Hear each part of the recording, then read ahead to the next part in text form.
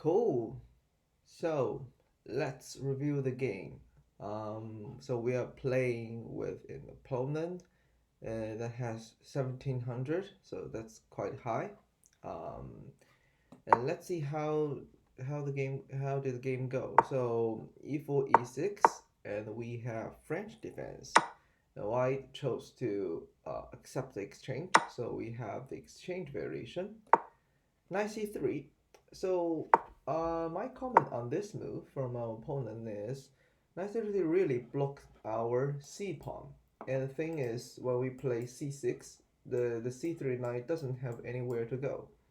And so usually, so white should play knight f3 instead. And later, after the dot square bishop has developed, the b1 knight can go to d2, can connect the two knights, and then push the pawn to c3 or even c4. So the c pawn is really important because this is the both sides have like traded the e pawn. So c pawn is the closest pawn to the center pawn. So I think that's equally for both sides. The c pawn can attack the center, so that's very useful. Don't block that. And we play knight f6. That's good. We develop the king side knight and h3. So yeah, so that's a problem because white cannot really connect the two knights. So it has to prevent black um, pinning the f3 knight.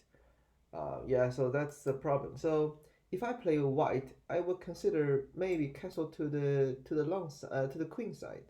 So what should I do? So maybe I will move bishop to d3, bishop to f4, queen d2, and long castle. So in this case, maybe I will move my knight to e2 instead. So yeah, because now if I play knight e2, the light square bishop is blocked. But if I like castle to the queen side, the light square bishop, yeah, can maybe go to d3 first. And yeah, so my point is the knight c3, like this move make that like very hard for these two knights connected. So that's why white wants to prevent bishop to g4. Okay, so we developed the bishop. That's good. A3. That's interesting. I don't see any point pushing the pawn to a3 at this point. Maybe stop bishop b4, but I don't think we will play bishop b4. We already moved bishop to d6. This is a really good spot. Our bishop have two diagonals. So I think this move makes white really slow in the opening. So we can develop pieces as we want, and this light square bishop has a very good spot. So normally, so white would play bishop d3 to control f5, and it make our light square bishop a bit hard to find a good spot. But in this case, we play bishop f5. It's really good that we take the opportunity to control this diagonal. And bishop b5, we develop knight. Bishop a4. So yeah, I think white just waste a couple of moves. But I also understand there isn't much good space for the light square bishop. But maybe I will play bishop d3 just to trade the bishop because the f5 bishop is really great. And once the light square bishop, the white light square bishop reaches to the queen side, it's actually very bad in terms of the position because when you play c6, that's a very good move. So the light square bishop is really stuck at the queen side. You see? So there is no much space a light square bishop can go to. And if white to push the c pawn to like make the bishop retreat to c2, it has to move the knight first. So yeah, so c3 knight is really annoying. It cannot move. It doesn't have any good square to move, and it also blocks its own pawn. So this is really bad. So after bishop b3, so black is better. Black has make the king safe and also divide all the minor pieces. We have a rook at the open file. So the next question for black, a very critical one, is for the following 3 to 5 moves. Like, which side should we initialize the attack? So, that's a very important question. So we can figure that out after we have developed most of the pieces. So if I will play black, so there are two questions in front of me. One is, should I attack king side in the next couple moves? First of all, I have two bishops aiming at the king side. That's good, and probably I can move the knight to, for example, e4, and then later I can move the queen to h4. Since white doesn't have knight at f3, so queen to h4, that's something our queen can go to. But we need to move the knight first, so I'm thinking move the knight to center and maybe connect the knights with the other one. Yeah, that sounds like a good plan. But we also need to be aware is if we want to attack the king side, since our king is on the king side, it's super hard or risky to push our pawn to create pawn break, because our king will be like exposed if we push the pawn like too much. So we basically need to use our like minor pieces or queen to make, for example, sacrifice to open up the king side. So probably we will have the chance, but we need to calculate it through. And if we cut, another thing is if I attack the king side, so what could be the pieces or white pieces that can defend the king side? So maybe the knight, possibly the queen. And these two pieces are far away from the king side, so it takes some effort for these two pieces to involve in the defense. The dark square bishop could potentially be a good defender. It controls this diagonal for now, or maybe bishop to e3 to guard these two pawns. So yeah, so this is some analysis I would do before I make the move. And the second question is, how can we attack the queen side? So if I attack the queen side, first of all, these two bishops are very beautiful. We have a very good bishop pair, by the way. So the two bishops have two beautiful diagonals controlling the board. So we have better like pair bishop than the white than our opponent, because this one is quite stuck. If I want to attack the queen side, so there is an open file on the chessboard. So but it's unfortunately on the king side. So we need to open up another file on the board, and which file we can or should we like consider. So if we push upon the c5, after the exchange, the d5 pawn is isolated pawn, and white has a lot of pieces talking at d5, so this pawn could potentially be captured or being a weakness at least. And another thing is we push upon the c5, the light square bishop turn to be alive again, if I put it this way, because within this pawn structure, the light square bishop is really hard to move. So pushing the c5, the good side is we might have a semi-open file, but as I said, the d5 pawn is going to be isolated. And then what about the b5, b4? It looks good. It looks like we will have the semi or open b file if I move the rook to b8 and offer exchange. But I think if we put the b pawn right now, there is a bishop blocking the b file. So if we just open the b file like this, rook to b8, the bishop is quite like solid with the support of the c2. So I will consider maybe pushing the a5, b5 first, even a4, rook to b8. First of all, with pushing the pawns to b5 and a4, I will have a greater area at the queen side. So when I have large area, I will have like more space to maneuver my pieces. And if I have two pawns at this two square and my rook at b8, the bishop is at a2, and the bishop is in a really bad position, and maybe I can move my knight to b6, and or maybe I can push upon the b4. So it depends on how does the game goes.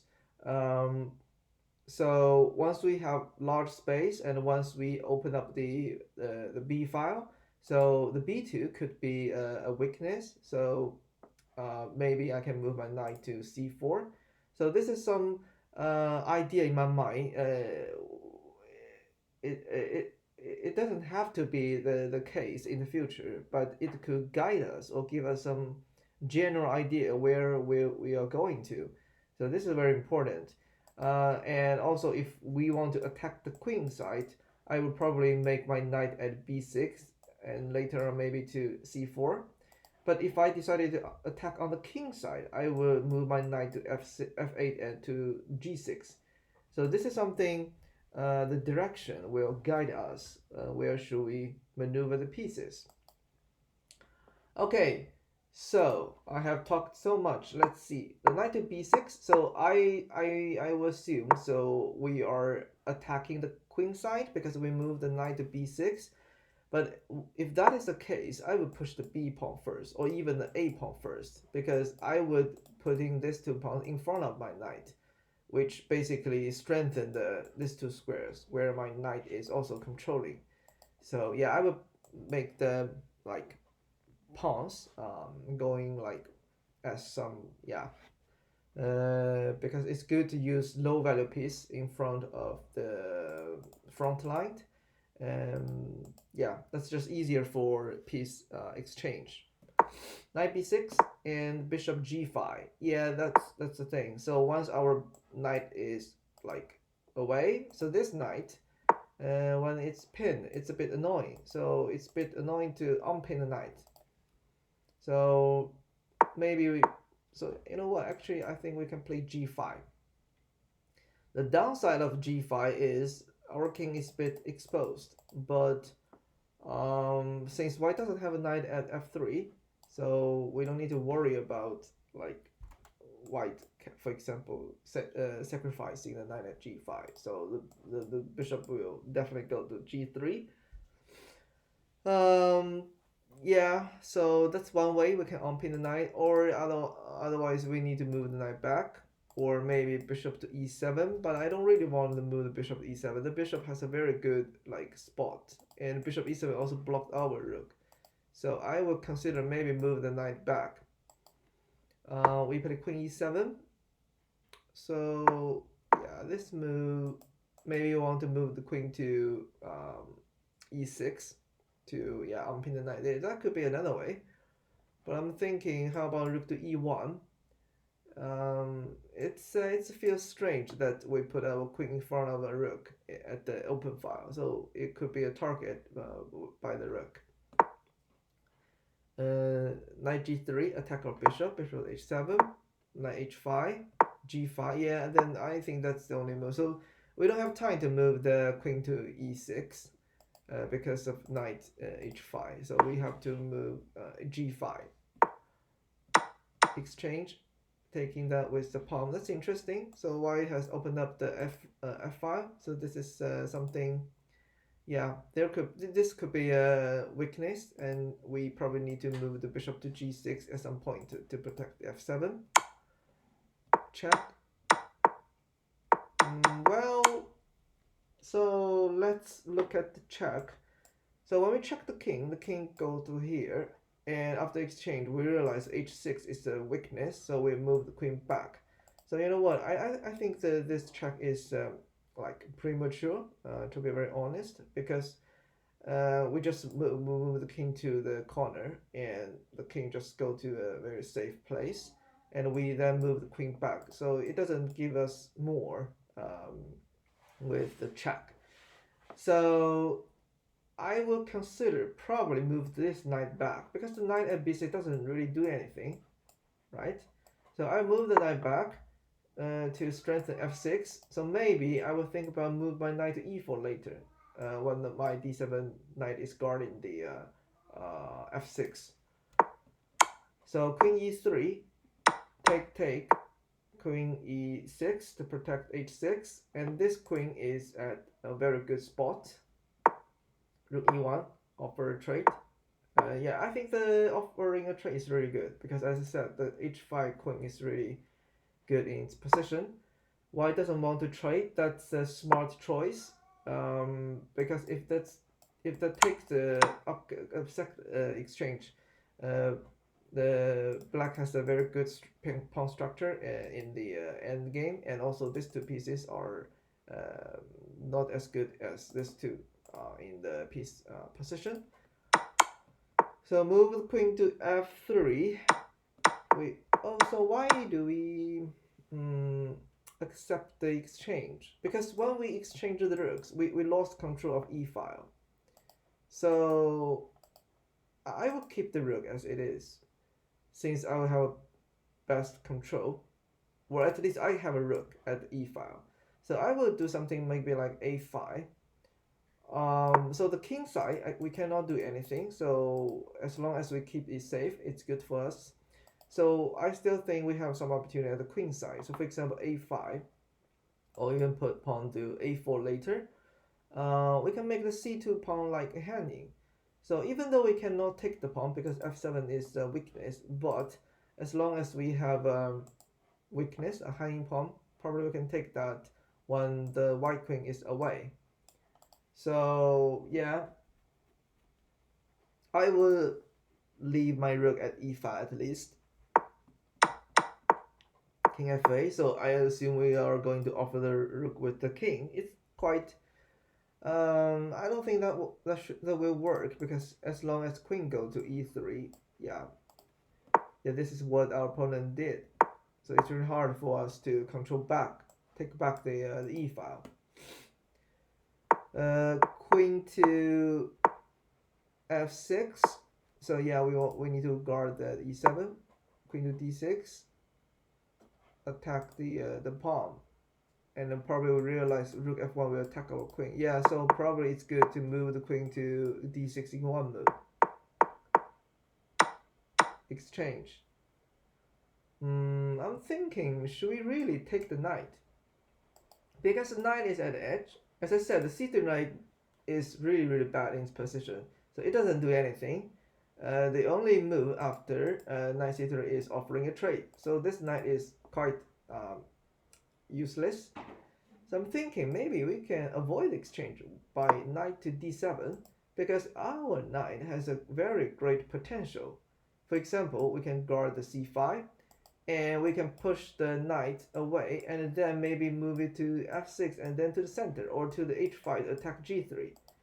So I think my knight has more potential than the white knight. So maybe we shouldn't take.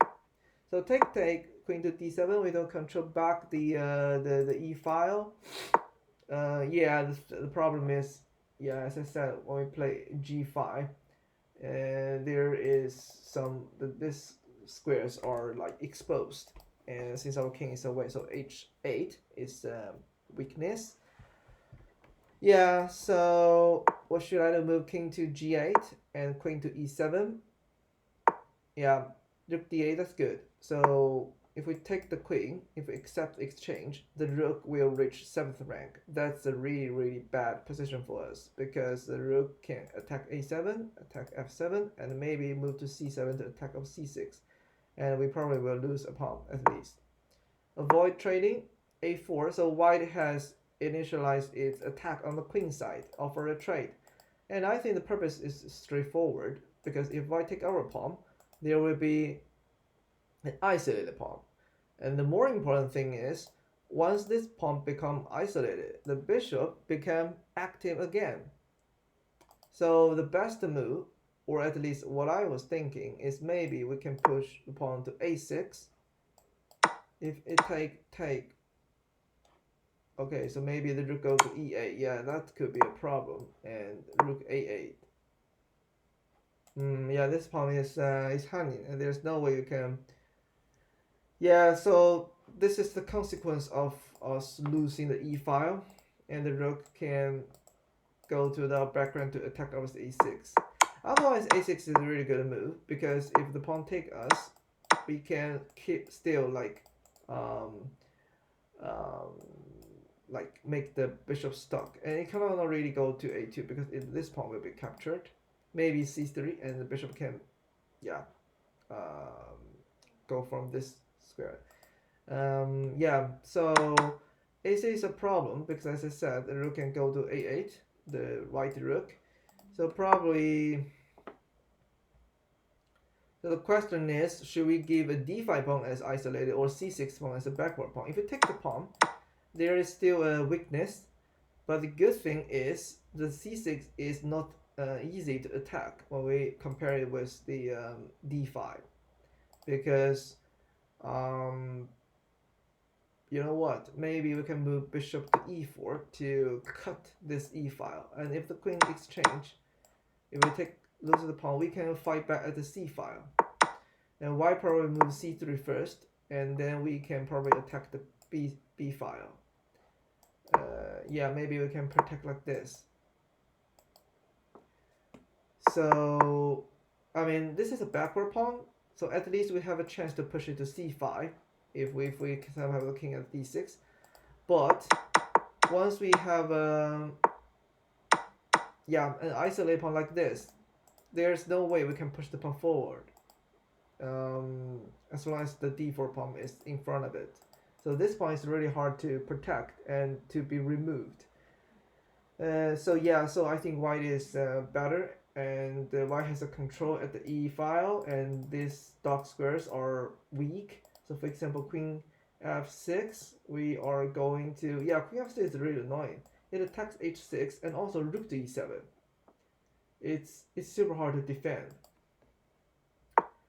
So as I said, so the e5 is controlled, like dark squares are weak, d5 is isolated, so I think white is way better than us.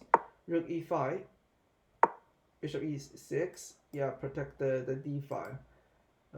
White can still play queen to f6, so here white should avoid trading the queen, because we have actually a big trouble at the king side. And you know what, c3 or c4, the bishop can attack our king, and that's a problem, and we are going to lose. So white doesn't attack our king side. Maybe it feels he or she figure out the queen side have more weakness, but actually it turned out to be queen f6 is the best move.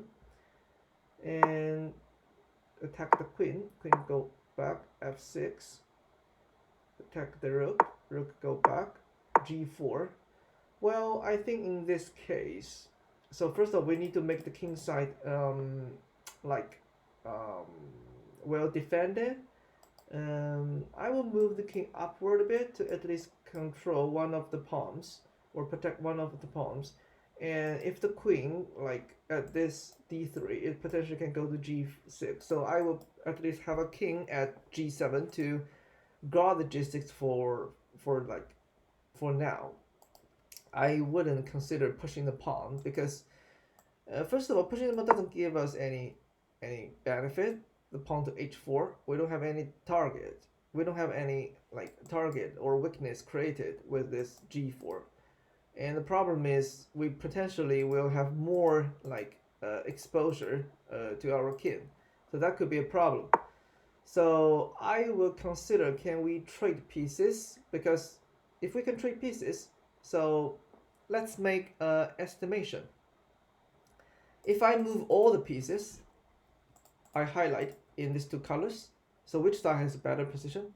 I think that's black, because we have a passed pawn, right? The a pawn is a passed pawn. Since we have all the pieces, which I color in red and green, the passed pawn doesn't have its full power. So I think the goal for black at this position is trying our best. First of all, keep the king safe, and then trying our best to trade these three pieces as much as possible, as many as possible. If we trade the queens, that's good. If we trade the rook, that's also good. If we trade the bishop, that's even better. Because as I said, if the game turned out to be a king versus pawn endgame, it favors black. And I don't see any other attacking opportunity if we have this like 6 pieces on the board, because we have a weaker king, and also we have more weakness or isolated pawn on the chessboard. So if we can trade the pieces, that would definitely be good. So for example, maybe we can push the no, we cannot do that right now because e7 is a problem. But maybe we can move the rook to e8 and then, yeah, offer a rook trade.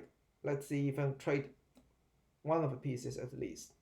I understand it's super hard, but that should be the direction we are striving for. Queen to e1. Looks, yeah, protect the bishop. We have so many weakness. h4, yeah, white doesn't want to trade. h5, yeah, you see, so this is potentially a weakness. Attack our f pawn, f5. Okay, so g5. We have this weak square. All the dark square here are super weak, like this one. And the problem is we don't have a dark square bishop. So if we have a dark square bishop, let's say f6, then maybe the position like this is okay. But we don't have any dark square bishop, and we have queens on the chessboard. So it's really hard for us to defend the dark square. So I don't think f5 is the proper move. Maybe we can move the king to protect the pawn, just to keep the dark squares like in our hand. Queen f4, yeah. How can we defend g5? Queen g7, then yeah, queen b8. Then it's really bad. We lost. Yeah, we basically lost almost everything. Then we are, yeah, we don't need to walk through the rest of the game. I think white. So I think throughout the game, white didn't do as good as us in the beginning. Remember the piece development. So white is really slow in piece development, and these two pieces, the knight and the bishop, are really bad in its position. I think the game until here. So black is better. These two pieces are really bad. We have very good piece development. So what else? Yeah, this we see knight to b6. So as I said, we need to consider where should we attack, which side should we attack, and if we decide we should attack on the queen side, we should definitely move knight to the queen side, but we can move the pawn first and then move the knight to the queen side. And another thing is white is going to to pin us. So maybe before moving knight to b6, I will play h6 first to avoid knight being pinned. Yeah, so I think, yeah, we did some premature moves like queen e3. It doesn't bring us anything good. It's just a check, and we put the queen go back, and you see that the king, the white king is like very safe throughout the game because these three pawns are really how to say, covering the king. So it's like a very safe shelter. And another thing I think we can improve is control of the open file. So when we trade the rooks, we lost the control, and that's one very important file white has like further attacked us. If you remember, the queen moved to e5, e7, so move up and down to like disturb our defense, and yeah, trade the knights. And white is really smart at the middle game, because first of all, the pieces, the rook and the queen, has controlled the file really well. And another amazing thing our opponent did is open up the queen side. So I think white has realized the bishop hasn't evolved into the battlefield. So and white cannot win the game with only the queen and the rook. So it's just adding another strength. So after trading the pawns, the d5 is a weakness, and so we need to take extra effort to protect d pawn. And once our bishop moved to e6 to e6 to protect the d file, so this diagonal became weak, right? So that's why white started to attack this f pawn. But I think that the problem with the f pawn also came partly from us. So because I don't think pushing the pawn is a good choice because it makes our king exposed, as I said. And yeah, we pushed the three pawns, all of them, up a bit and makes this weak. So white has a very good sense to realize this weakness and find opportunity really quick. I really want to, yes, you see. So I would like to check the time usage. So h4, after h4, white has 24 minutes 20 seconds. It takes 4 seconds for the queen retreat to f2, and I am pretty sure white has an idea to at least reach the queen to f4. Let's see. We play f5. Yes, 7 seconds. It's so quick. Because f4 is really, I would say, obvious. Because the g5 is a weakness, and b8. I think when the queen reaches f4, white has realized it has two ways to attack us. Because when we move the queen, this one take like 10 seconds to make the move. Yeah, it's still very quick. And yeah, and once white take the pawn, I think we are basically losing. By the way, can we take the d4? Maybe we can take this pawn. It's a check at least. King goes to h2. I think, yeah. I mean, we're still in trouble, but maybe this is something we can fight back. So we need to move the rook safe. I mean, these two pieces are under attack. And queen a5, for example, attack our pawn. Yeah, so we have a lot of like exposure at this place. So if we play, for example, rook back to the queen can go to d8, and the queen can go to e7 or g5. That's super annoying, and our bishop will be captured. If the bishop moves, the rook can go down. So our king is really in danger. Okay, so that's the review of the game.